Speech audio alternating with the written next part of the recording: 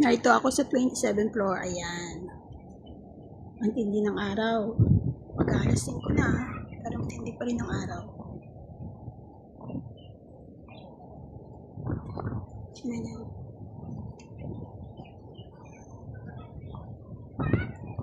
Huwag nyo nang alamin kung bakit ako nandito. Siyempre, alam nyo na.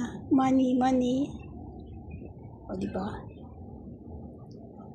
Dami niyang halaman.